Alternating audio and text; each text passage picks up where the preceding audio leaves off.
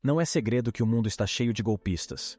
A maioria de nós é incomodada por suas tentativas semanais. Recebemos e-mails, mensagens de texto e chamadas de pessoas fingindo ser alguém que não são. Dos falsos alertas de conta bancária a uma mensagem dizendo que um pacote que não encomendamos foi atrasado, os golpes assumem várias formas. Alguns são simples, mas outros podem ser altamente complexos. Cair em um golpe pode levar a dificuldades financeiras graves para as pessoas. O impacto dos esquemas complexos pode causar destruição generalizada, como foi o caso do povo da Albânia há 26 anos. No final da década de 1990, a Albânia passou por uma das crises financeiras mais devastadoras da história moderna, causada por esquemas de pirâmide que prometiam altas taxas de retorno.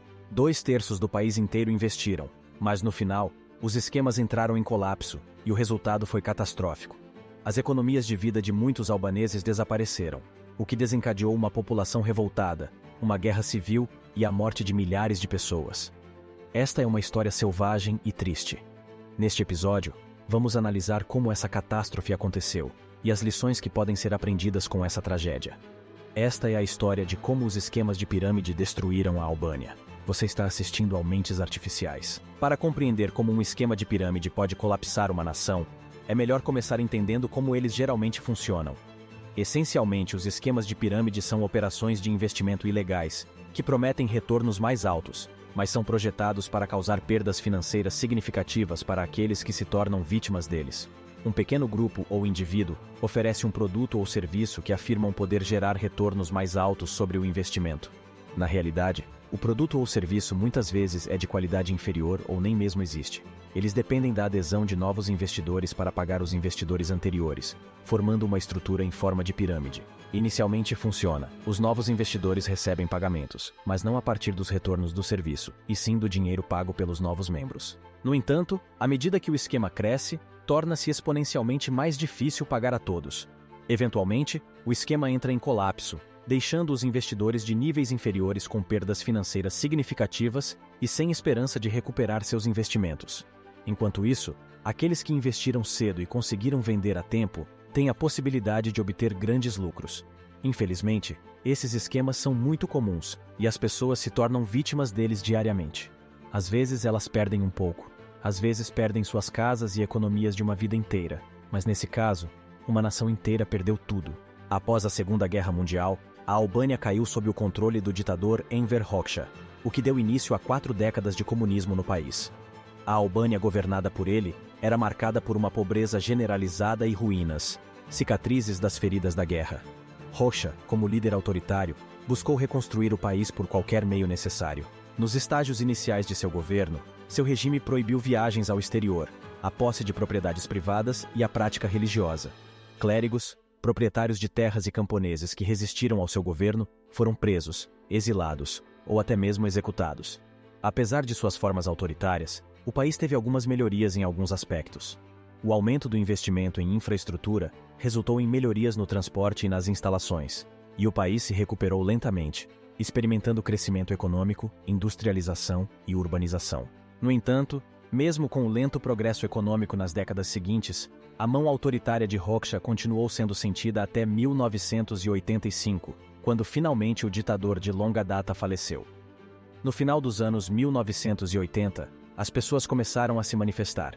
Muitos cidadãos, especialmente estudantes, tornaram-se altamente politicamente ativos e começaram a resistir ao Estado comunista e antirreligioso que os governava.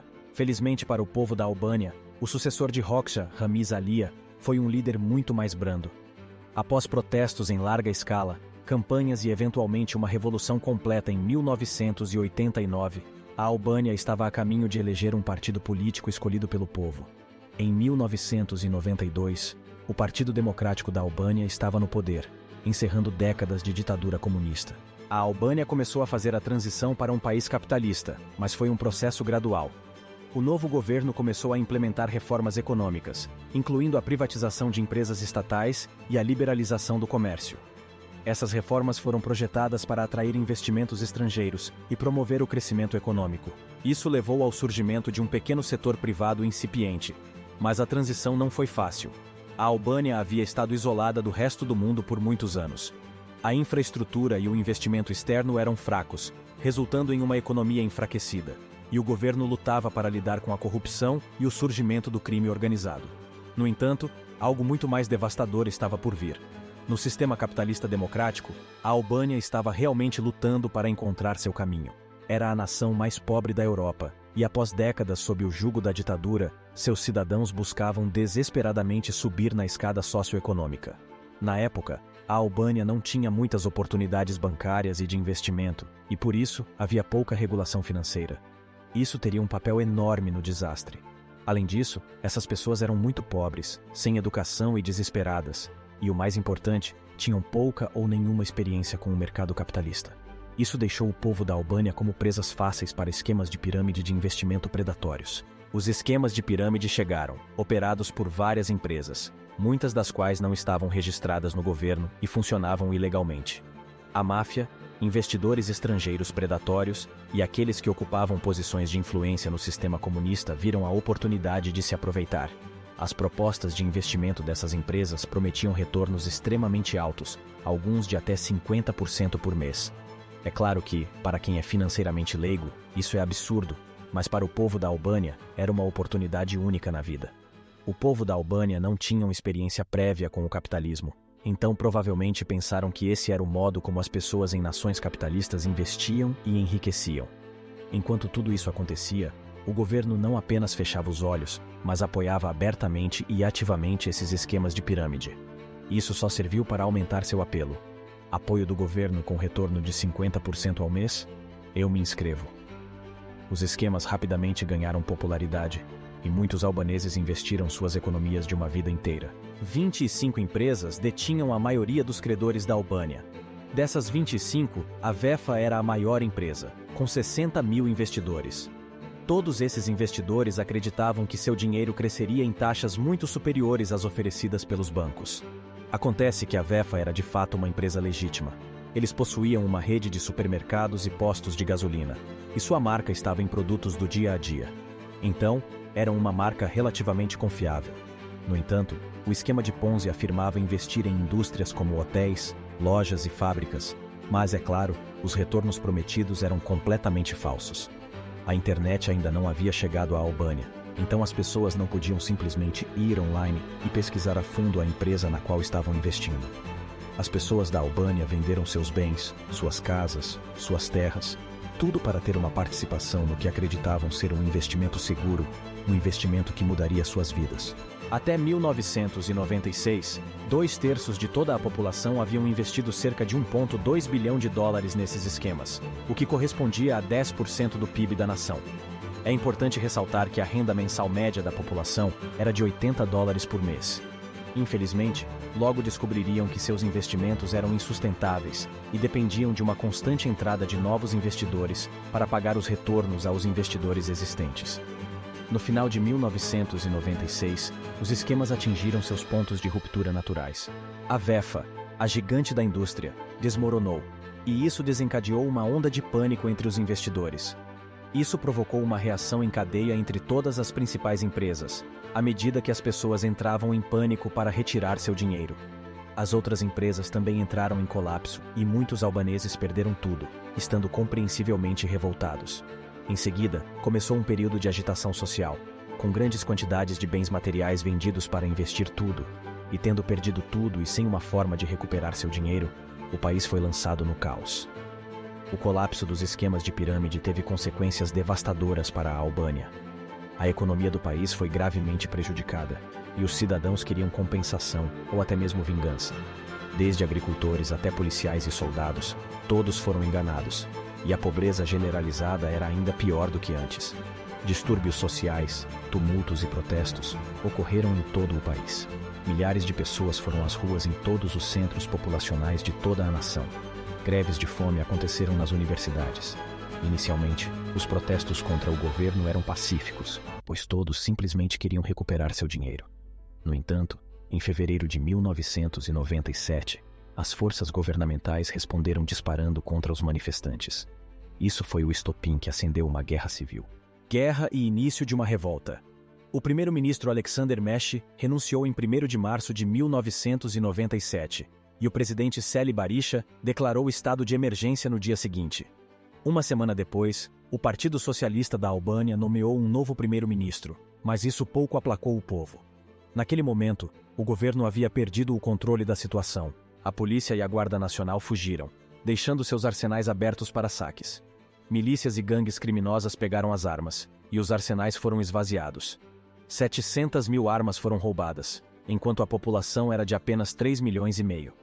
Por meses, os estampidos de tiros podiam ser ouvidos, enquanto os cidadãos usavam suas novas armas.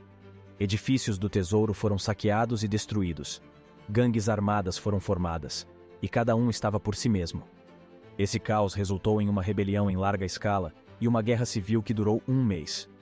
Infelizmente, 2.000 pessoas perderam suas vidas nesses combates. As notícias sobre a situação começaram a se espalhar ao redor do mundo. Em 28 de março, o Conselho de Segurança das Nações Unidas enviou 7.000 tropas para a Albânia, com o objetivo de restaurar a ordem e supervisionar os esforços de ajuda. Em meados de abril, nações vizinhas lançaram uma força de paz para auxiliar, e até o final de julho, a paz havia sido restabelecida. As Nações Unidas e outras organizações continuaram a fornecer ajuda humanitária, e um novo governo foi formado por meio de eleições realizadas em 1998. O novo governo enfrentou muitos desafios. Ainda havia corrupção generalizada, e agora eles tinham uma economia completamente arruinada, pior do que antes.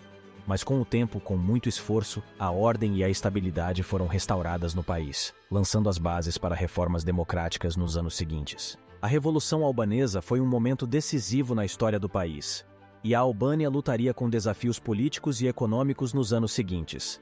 As pirâmides financeiras que arrasaram o país em 1997 tiveram implicações de longo alcance. A população, na verdade, diminuiu à medida que os cidadãos saíam em busca de oportunidades na Grécia, Itália, Alemanha, Reino Unido e Estados Unidos. Conforme apontado pela publicação The Conversation, muitas cidades fantasmas vazias foram deixadas após o desastre. Mas, curiosamente, desde 2020, houve um pequeno fluxo de migração, e pode haver esperança para o país, à medida que investe no desenvolvimento de sua infraestrutura e melhoria do setor empresarial. No entanto, ainda enfrenta desafios de corrupção e crime organizado. A Albânia tem feito progressos políticos significativos. Em 2009, tornou-se candidata à adesão à União Europeia, e para cumprir os requisitos da UE, teve que realizar muito trabalho, o que é promissor para o futuro da nação. No entanto, quando tudo é dito e feito, o colapso da economia e a guerra civil resultante são um lembrete contundente de quão vulneráveis todos podemos nos tornar quando desesperados e diante da promessa de um futuro mais próspero. É também um lembrete importante para prestar atenção extra a qualquer oportunidade de investimento em que você esteja envolvido. Então aqui está. Essa é a incrível história de como as pirâmides financeiras destruíram uma nação inteira e causaram uma guerra civil. Obrigado por assistir. Valeu por acompanhar. Se você curtiu, deixa um like. Bom, já falei demais. A gente se vê no próximo episódio. Até lá, galera. Tenham um dia incrível.